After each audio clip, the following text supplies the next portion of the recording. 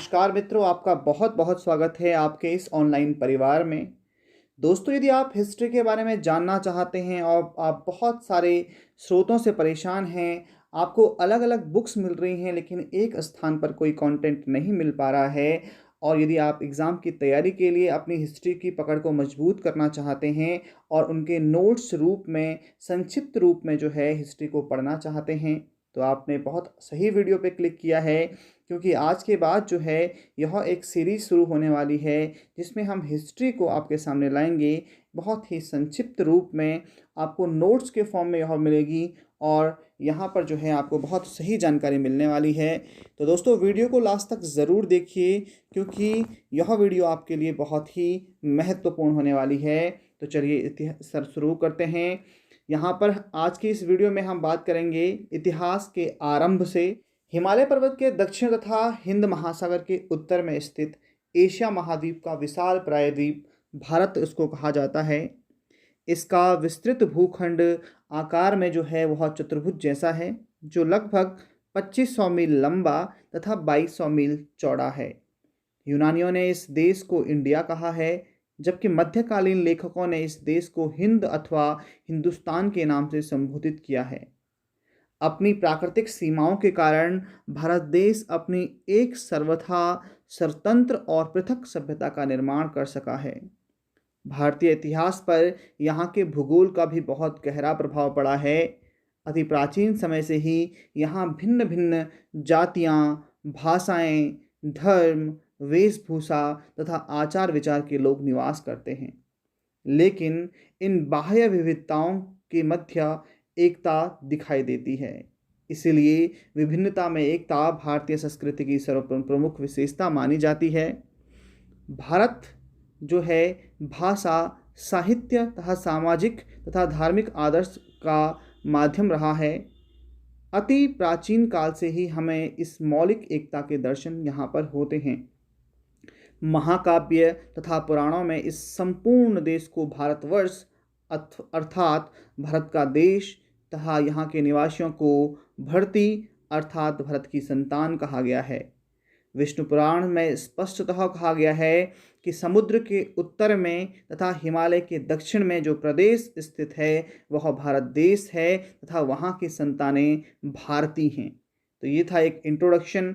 अब बात करते हैं भारतीय इतिहास जानने के स्रोतों के बारे में। तो अध्ययन की सुविधा के लिए हम भारतीय इतिहास को जानने के लिए जो साधनों का प्रयोग करते हैं उनको हम 3 शीर्षकों में रख सकते हैं, क्योंकि मैंने बताया था आपको यह नोट्स के फॉर्म में मिलेगा। तो 3 शीर्षकों में हम देखते हैं जहाँ पर साहित्यिक साक्ष्य होते हैं और इसी तरह से अलग अलग साक्ष्य, धार्मिक साक्ष्य हमको मिलते हैं। तो साहित्यिक साक्ष्यों में हम देखते हैं जैसे कि जो विदेशी यात्री यहाँ पर आए थे तो उन्होंने जो भी यहाँ के बारे में लिखा वो एक साहित्यिक साक्ष्य के अंतर्गत आता है। और उसके अलावा साथ साथ जो पुरातत्व संबंधी साक्ष्य हैं वो भी यहाँ पर क्या हैं, अलग अलग तरह के विवरण प्रस्तुत करते हैं। तो साहित्यिक साक्ष्य को हम इसके बाद पढ़ेंगे। सबसे पहले साहित्यिक साक्ष्य जो है वह 2 तरह का होता है। सबसे पहले आता है धार्मिक साहित्य। तो धार्मिक साहित्य में ब्राह्मण तथा ब्राह्मणेतर जो ग्रंथ थे उनका समावेश था। जो धार्मिक साहित्य हैं उनमें हमसे हमारे इतिहास के बारे में जानने की बहुत सारी चीज़ें हमको मिली हैं। ब्राह्मण ग्रंथों में वेद, उपनिषद, रामायण, महाभारत, पुराण तथा स्मृति ग्रंथ आते हैं, जबकि ब्राह्मणेतर ग्रंथों में बौद्ध और जैन साहित्यों से संबंधित रचनाओं का उल्लेख किया जा सकता है। अब लौकिक साहित्य क्या होते हैं? तो लौकिक साहित्य में ऐतिहासिक ग्रंथों, जीवनियों, कल्पना प्रधान साहित्य का वर्णन किया जाता है। जहाँ पर हम यहाँ पर ब्राह्मण साहित्य की बात करते हैं तो उसके अंतर्गत वेद की बात होती है। तो वेद क्या क्या हैं, वेदों के बारे में आपको जानना है, आप इनको नोट भी कर सकते हैं। तो धार्मिक साहित्य के अंतर्गत वेद भारत का सबसे प्राचीन धर्म ग्रंथ है, जिसके संकलनकर्ता महर्षि कृष्णद्वैपायन यानी कि वेद व्यास जी को माना जाता है। वेदों की संख्या क्रमशः 4 है, आप जानते हैं, जिसमें कि ऋग्वेद, यजुर्वेद, सामवेद तथा अथर्ववेद हैं। इनमें से ऋग्वेद जो है वह सबसे प्राचीनतम रचना है। विद्वानों के अनुसार आर्यों ने इसकी रचना पंजाब में की थी। जब वे अफगानिस्तान से लेकर गंगा जमुना के प्रदेश तक फैले थे।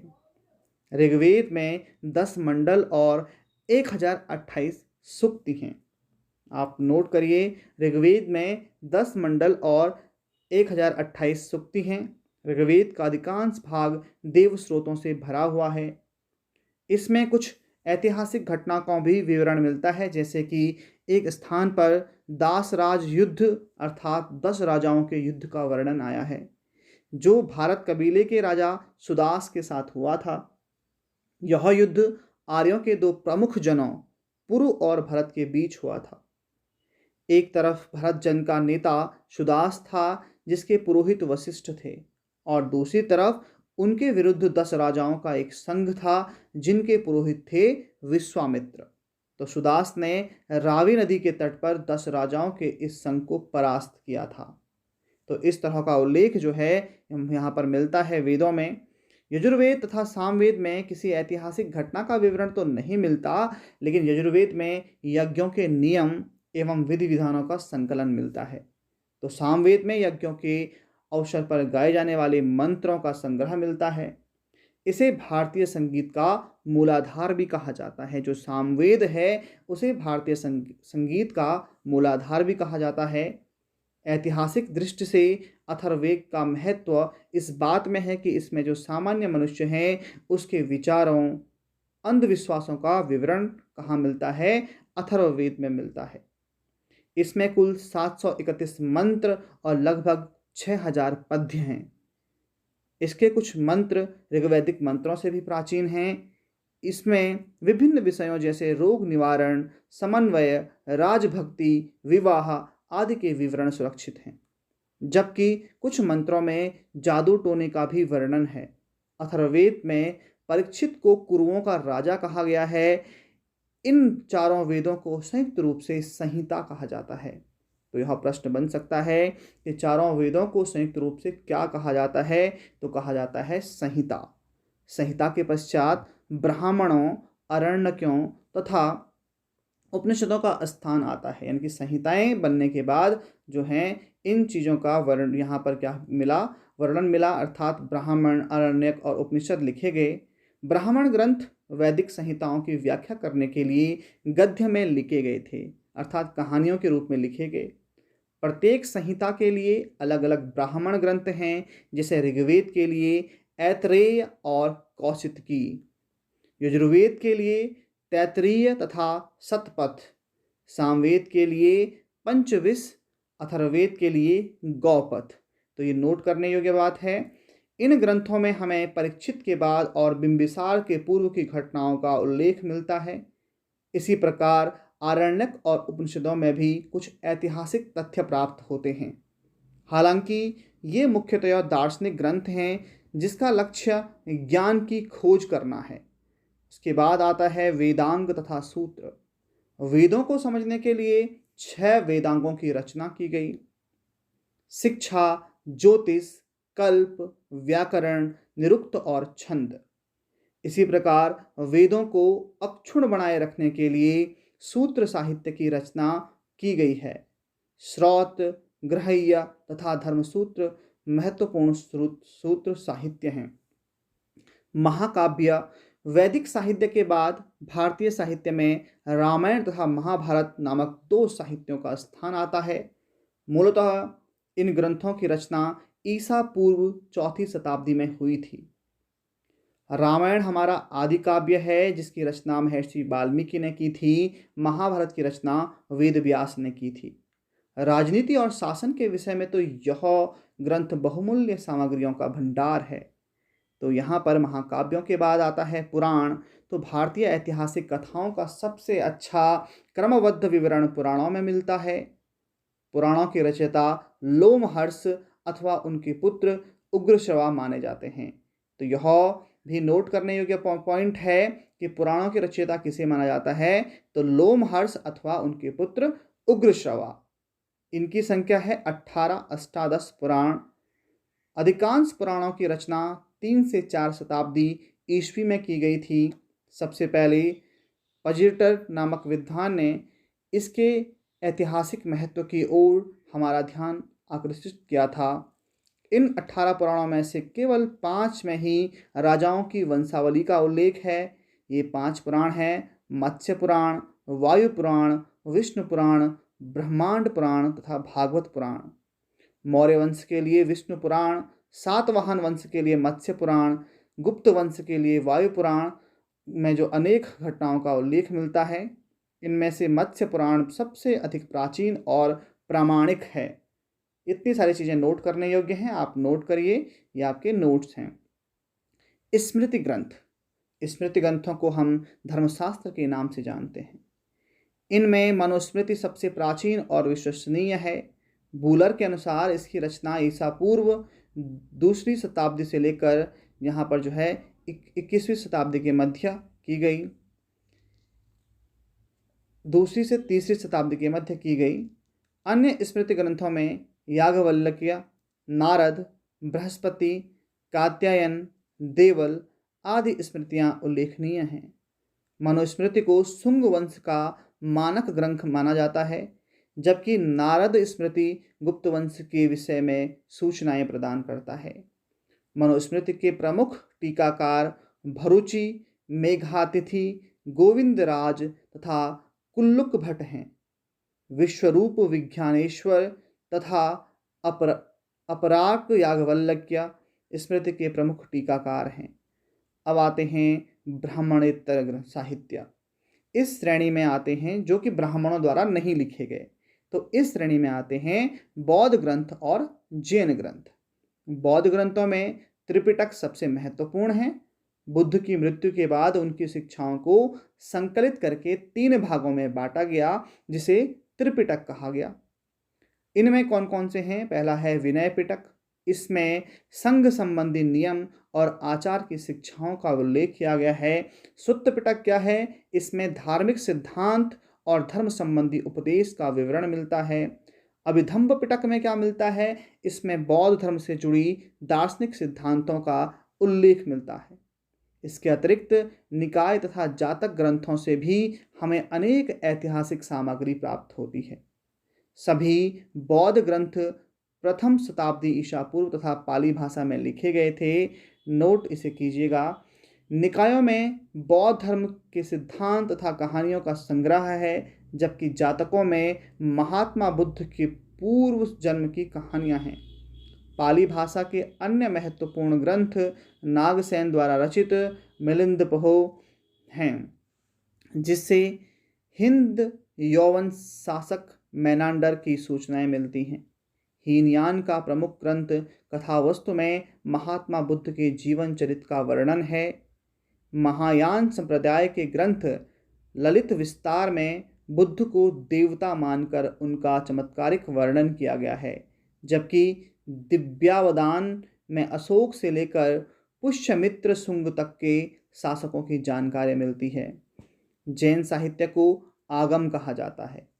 जैन ग्रंथों में परिशिष्ट पर्वन, आवश्यक सूत्र, आचारांग सूत्र, भगवती सूत्र, कलिका पुराण विशेष रूप से उल्लेखनीय हैं। जैन धर्म का प्रारंभिक इतिहास कल्प सूत्र से ज्ञात होता है, जिसकी रचना भद्रबाहु ने ईसा पूर्व 4वीं शताब्दी में की थी। परिशिष्ट वर्मन तथा भद्रबाहु चरित से चंद्रगुप्त मौर्य के जीवन और घटनाओं की जानकारी मिलती है। भगवती सूत्र में महावीर के जीवन, कृत्य और अन्य घटनाओं का रोचक विवरण मिलता है। आचारंग सूत्र में जैन भिक्षुओं के आचार नियमों का विवरण मिलता है। जैन साहित्य में भी पुराण शामिल हैं, जिनमें हरिवंश पुराण, आदि पुराण, पद्म पुराण आदि उल्लेखनीय हैं। अब आते हैं आपके लौकिक साहित्य पर। लौकिक साहित्य के अंतर्गत ऐतिहासिक और अर्ध ऐतिहासिक ग्रंथों, जीवनियों आदि को शामिल किया जाता है, जिनसे भारतीय इतिहास जानने में काफ़ी मदद मिलती है। ऐतिहासिक रचनाओं में सर्वप्रथम उल्लेख कौटिल्य द्वारा लिखा गया अर्थशास्त्र का उल्लेख किया जाता है। कौटिल्य को चाणक्य के नाम से भी जानते हैं। मौर्यकालीन इतिहास और राजनीति जानने के लिए यह एक प्रामाणिक ग्रंथ है। अर्थशास्त्र के अनेक सिद्धांतों को 7वीं 8वीं शताब्दी ईसा पूर्व में कामनदन ने अपने नीतिक सार में संकलित किया। ऐतिहासिक रचनाओं में सबसे अधिक महत्व कश्मीरी कवि कल्हण द्वारा रचित राजतरंगिणी का है। यह संस्कृत साहित्य में ऐतिहासिक घटनाओं को क्रमबद्ध लिखने का पहला प्रयास है। इसमें आदिकाल से लेकर 1151 ईस्वी तक के कश्मीर के इतिहास का विस्तृत विवरण है। इसके अतिरिक्त सोमेश्वर कृत रसमाला तथा कीर्ति कौमुदी, मेरुतुंग कृत प्रबंध चित्तामणि, राजशेखर कृत संबंध कोश आदि उल्लेखनीय हैं, जिसमें गुजरात के चालुक्य वंश के इतिहास का विवरण मिलता है। अरबों की सिंध विजय का वृत्तांत हमें चचनामा में मिलता है और अरबी भाषा में लिखा गया है। अरब आक्रमण के समय सिंध की दशा का अध्ययन करने के लिए एक अति महत्वपूर्ण ग्रंथ है। अर्ध ऐतिहासिक रचनाओं में पाणिनि की अष्टाध्यायी, कात्यायन का वार्तिक और गागरी संहिता, पतंजलि का महाभाष्य, विशाखदत्त का मुद्रा राक्षस, कालिदास कृत माल्य विक्रमादित्य विशेष रूप से उल्लेखनीय हैं। पाणिनि और कात्यायन के व्याकरण ग्रंथों में से मौर्यों के पहले के इतिहास तथा मौर्ययुगीन राजनीतिक व्यवस्था पर प्रकाश पड़ता है। गार्गी संहिता एक ज्योतिष ग्रंथ है, लेकिन इसमें भी यवनों के आक्रमण का उल्लेख है। पतंजलि पुष्यमित्र शुंग के पुरोहित थे और उनके महाभाष्य से शुंग राजवंश के इतिहास का पता चलता है। मुद्रा राक्षस में चंद्रगुप्त मौर्य के विषय में जानकारी मिलती है। माल विक्रमादित्य नामक नाटक में शुंगकालीन राजनीतिक परिस्थितियों का उल्लेख मिलता है। ऐतिहासिक जीवनियों में अश्वघोष कृत बुद्धचरित, बाणभट्ट का हर्षचरित, विल्हण का विक्रमा देवचरित, पद्मगुप्त का नवसहसान चरित, संध्याकार नंदीकृत रामचरित, हेमचंद्रकृत कुमारपाल चरित, जयानक कृत पृथ्वीराज विजय आदि का उल्लेख किया जा सकता है। बुद्ध चरित्र में गौतम बुद्ध के चरित्र का वर्णन किया गया है। हर्ष चरित्र में सम्राट हर्षवर्धन के जीवन और तात्कालिक समाज और धर्म विषयक अनेक सूचनाएं मिलती हैं। विक्रम देवचरित में कल्याणी के चालुक्य वंशी नरेश विक्रमादित्य का चरित्र मिलता है। रामचरित में बंगाल के पाल वंश के शासक, धर्म और समाज का ज्ञान प्राप्त होता है। पृथ्वीराज विजय से चौहान राजवंश के इतिहास का ज्ञान होता है। इसके अतिरिक्त और भी कई जीवनियाँ हैं जिनसे हमें प्रचुर ऐतिहासिक सामग्री मिल सकती है। दक्षिण भारत में तमिल देश का प्रारंभिक इतिहास संगम साहित्य से प्राप्त होता है। नंदी कलंबकम, कलिंग पर्णी, चौल चरित्र आदि के अध्ययन से सुदूर दक्षिण में शासन करने वाले पल्लव और चौल वंश के इतिहास और उनकी संस्कृति की जानकारी मिलती है। कन्नड़ भाषा में लिखा गया महाकवि पंपकृत विक्रमार्जुन विजय तथा रत्न द्वारा रचित गदा युद्ध का भी विशेष महत्व है, जिनसे हमें चालुक्य और राष्ट्रकूट शासकों के इतिहास की जानकारी मिलती है। तो इस तरह से इतिहास के विभिन्न स्रोतों के बारे में, जीवनियों के बारे में हम यहाँ पर देख पा रहे हैं। अब देखते हैं विदेशी यात्रियों का किस प्रकार का विवरण है और विदेशी यात्रियों के विवरण से हमें अपने इतिहास के बारे में क्या क्या जानकारियाँ मिलती हैं। भारतीय साहित्य के अतिरिक्त समय समय पर भारत में आने वाले जो विदेशी यात्री थे, जैसे चीनी, यूनानी, अरबी, फारसी, इन आदि के विवरण से भी हमें भारतीय इतिहास को जानने में पर्याप्त मदद मिलती है।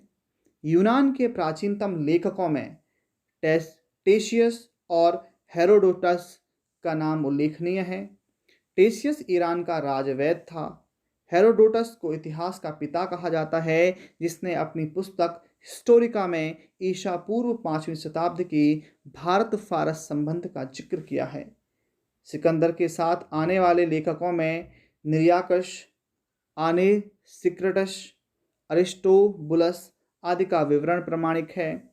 सिकंदर के बाद के लेखकों में मेगस्थनीज का नाम प्रसिद्ध है। वह सेल्यूकस निकेटर का राजदूत था और चंद्रगुप्त मौर्य के दरबार में आया था। उसने इंडिका नामक पुस्तक में मौर्य युगीन समाज और संस्कृति के विषयों में लिखा था। डायमेकस सीरियस नरेश अतिओकस का राजदूत था जो बिंदुसार के राजदरबार में, तथा डायनोसियस जो मिस्र नरेश टॉलमी फिलेडेल्फस का राजदूत था, अशोक के दरबार में आया था। अन्य ग्रंथों में पेरिपल्स ऑफ द इरेट्रिशियन सी, जिसके लेखक अज्ञात हैं, टोलोमी का भूगोल, प्लिनी की नेचुरल हिस्ट्री आदि का उल्लेख किया जा सकता है। पेरिपल्स का लेखन लगभग 80 ईस्वी के आसपास हिंद महासागर की यात्रा पर आया था। प्राचीन भारत के समुद्री व्यापार के ज्ञान के लिए उसका विवरण अत्यंत महत्वपूर्ण है। दूसरी शताब्दी ईसा पूर्व के आसपास टॉलमी ने भारत का भूगोल लिखा।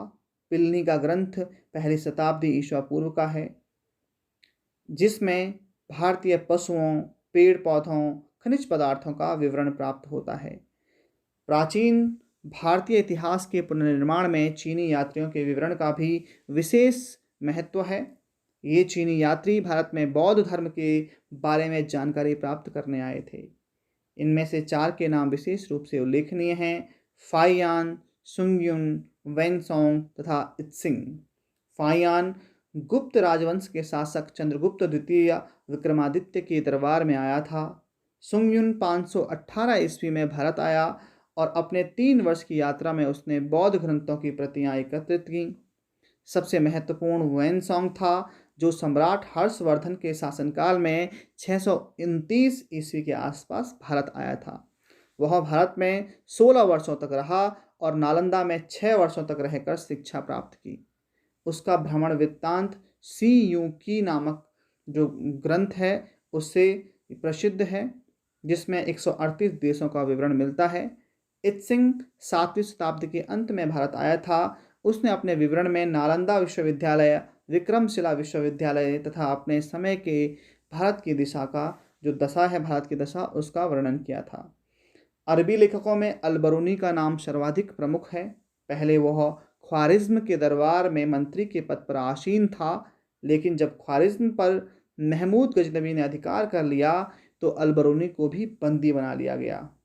गजनबी अलबरूनी की योग्यता से प्रभावित होकर राज ज्योतिष के पद पर उसे नियुक्त कर दिया। अलबरूनी एक साथ गणित, विज्ञान, ज्योतिष, अरबी, फारसी, संस्कृत आदि विषयों और भाषाओं का अच्छा ज्ञाता था। वह महमूद गजनबी के साथ भारत आया और भारतीय संस्कृति का गहन अध्ययन किया। वह गीता से विशेष रूप से प्रभावित हुआ। कालांतर में उसने तहकीक ए हिंद अथवा किताब उल हिंद लिखी, जिसमें उसने भारत के निवासियों की दशा का वर्णन किया। अलबरूनी के समय बनारस और कश्मीर शिक्षा के प्रमुख केंद्र थे। अलबरूनी के अतिरिक्त अल बिलादुरी, सुलेमान, अल मसूदी, हसन निजामी, फरिश्ता जैसे अन्य मुस्लिम लेखक भी हैं, जिनकी कृतियों में भारतीय इतिहास के बारे में महत्वपूर्ण जानकारियाँ मिलती हैं। वेनिस का प्रसिद्ध यात्री मार्क पोलो 13वीं शताब्दी के अंत में पांड्य देश की यात्रा पर आया था। उसका वृत्तांत भी पांड्य इतिहास के अध्ययन के लिए काफ़ी उपयोगी है। अब आते हैं पुरातत्व संबंधी साक्ष्य।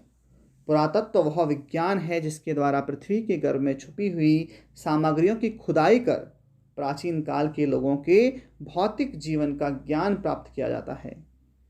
प्राचीन इतिहास का ज्ञान प्राप्त करने के लिए पुरातात्विक प्रमाण अत्यधिक प्रामाणिक माने जाते हैं तथा इनसे इतिहास के अनेक अंध युगों पर प्रकाश पड़ता है। जहाँ साहित्यिक साक्ष्य मौन हैं, वहीं पुरातात्विक साक्ष्य ही हमारी सहायता करते हैं। पुरातत्व के अंतर्गत 3 प्रकार के साक्ष्य आते हैं: अभिलेख संबंधी साक्ष्य, मुद्रा संबंधी साक्ष्य और स्मारक संबंधी साक्ष्य। तो अभिलेखों में क्या है? इतिहास के पुनर्निर्माण में अभिलेखों की महत्वपूर्ण भूमिका है। यह अभिलेख पाषाण शिलाओं, स्तंभों, ताम्रपत्रों, दीवारों, मुद्राओं, प्रतिमाओं आदि पर उत्कीर्ण हैं। सबसे प्राचीन अभिलेख मध्य एशिया का बौद्ध जकाई से प्राप्त अभिलेख है, जिसमें वैदिक देवता मित्र, वरुण, इंद्र और नात्स्य की चर्चा की गई है। यह अभिलेख लगभग 1400 ईसा पूर्व के हैं, जिसकी सहायता से ऋग्वेद की तिथि ज्ञात करने में मदद मिलती है। अपने यथार्थ रूप में अभिलेख अशोक के शासनकाल में ही मिलने लगे हैं।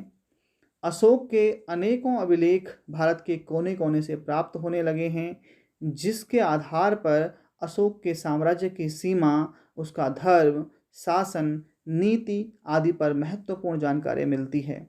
देवदत्त, रामकृष्ण भंडारकर जैसे इतिहासकारों ने केवल अभिलेख के आधार पर ही अशोक का इतिहास लिखने का सफल प्रयास किया है।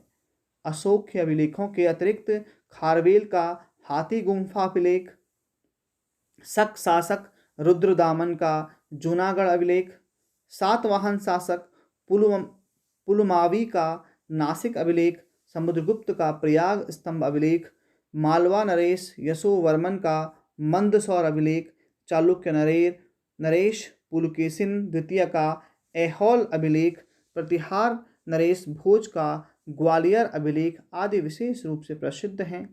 गैर सरकारी अभिलेखों में यमन राजदूत हेलियोडोरस का वेसनगर अर्थात विदिशा से प्राप्त गरुड़ स्तंभ लेख विशेष रूप से उल्लेखनीय हैं।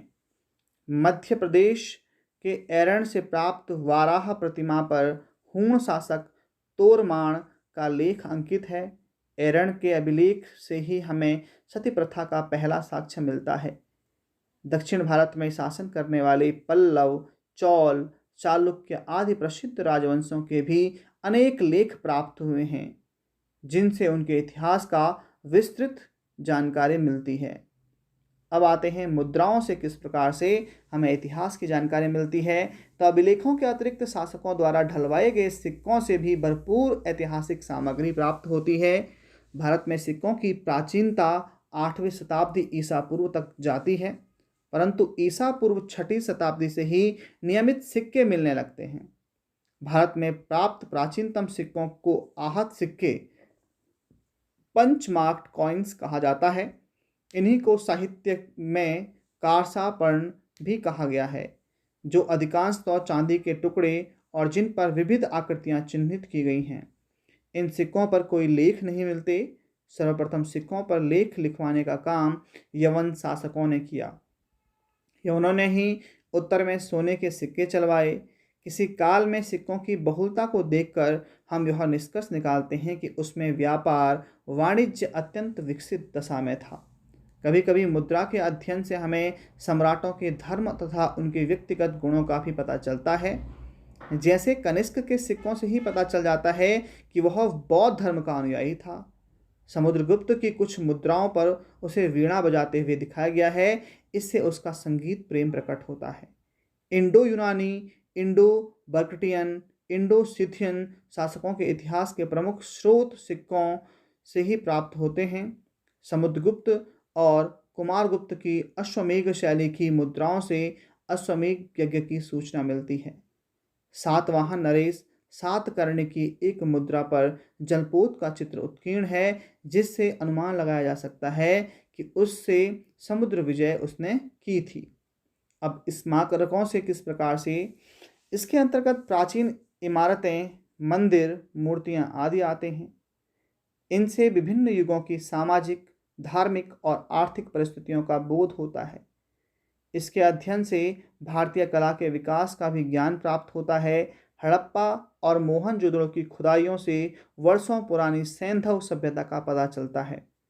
खुदाई के अन्य प्रमुख स्थल तक्षशिला, मथुरा, सारनाथ, पाटलिपुत्र, नालंदा, राजगृह, सांची और भरहुत आदि हैं।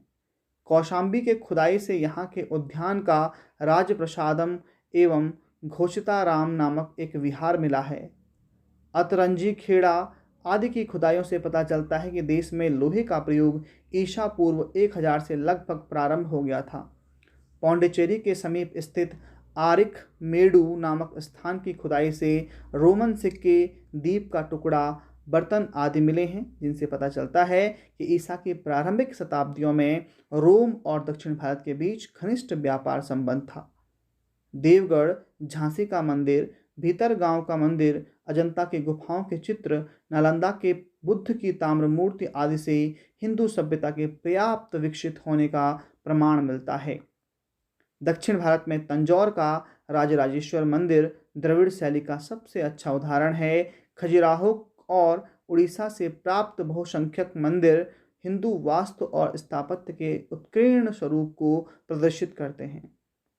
दक्षिण पूर्व एशिया के अनेक द्वीपों में हिंदू संस्कृति से संबंधित स्मारक मिलते हैं, जिनसे मुख्य रूप से जावा का बोरोबुदुर स्तूप तथा कंबोडिया का अंकोर वाट मंदिर है उसका उल्लेख किया जा सकता है। इसी प्रकार मलाया, बाली आदि से भी अनेक स्मारक प्राप्त हुए। इनसे इन द्वीपों में जो है हिंदू संस्कृति के पर्याय के रूप में विकसित होने का प्रमाण मिलता है कि यहाँ पर भी क्या थी, हिंदू संस्कृति उस समय विद्यमान थी। इस प्रकार हमने भारतीय साहित्य, विदेशी यात्रियों के विवरण तथा पुरातत्व, इन तीनों के समृद्ध साक्ष्य के आधार पर हम भारत के प्राचीन इतिहास और संस्कृति का पुनर्निर्माण कर सकते हैं।